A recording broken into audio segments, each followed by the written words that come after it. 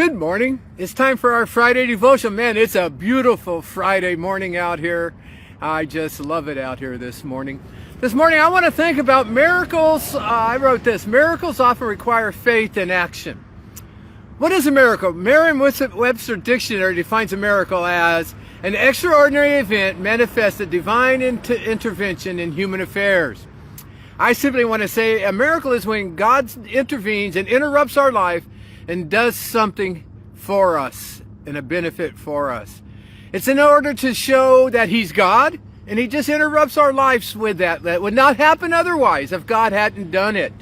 And so that's what a miracle is. And as we look at scriptures and we look at life, miracles usually happen when there's a problem or an issue. You know, when there's a health issue and we need healing for an illness. When there's a need and God provides for that need. When there's peace in the midst of chaos and fear. That's when God steps into our life and intervenes in our life and does something. And we call those a miracle. But some miracles and many miracles require our participation. Requires us to do something for us to take part. It doesn't happen by accident. It happens when God does something, and not that we earn it or not. But Scripture is full of those stories. I wrote this one down. The healing of the paralytic man. God walks up and says, hey, you just got to stand up and walk. He had to participate. Naaman needed his healing, and God sent him to the river, to Jordan River, to dunk himself 7 times. I don't know what that had to do with anything, but he had to participate in it. How about the water to wine?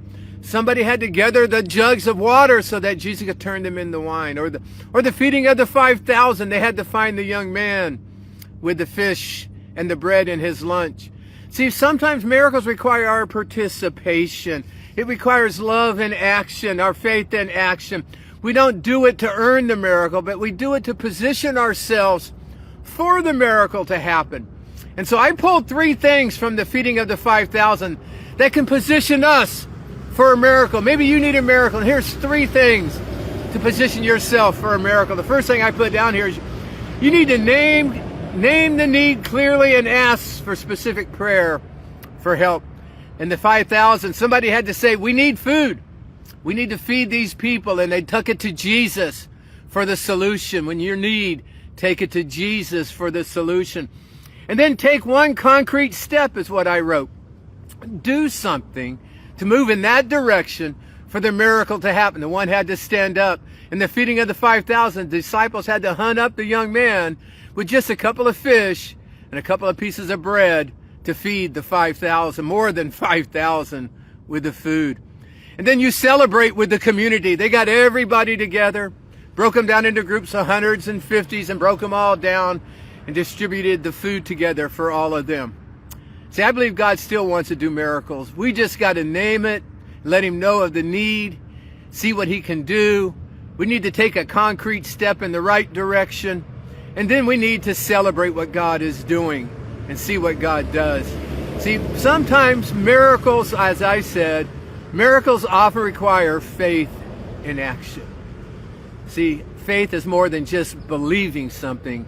It's acting and moving on that something. And I'm going to tell you, I believe God does great things still today. And He wants to do them for you. So I just want to encourage you. Jesus said this: for nothing will be impossible with God. Luke 1:37. I don't know what's going on in your life, but I want you to know God sees you. He knows you.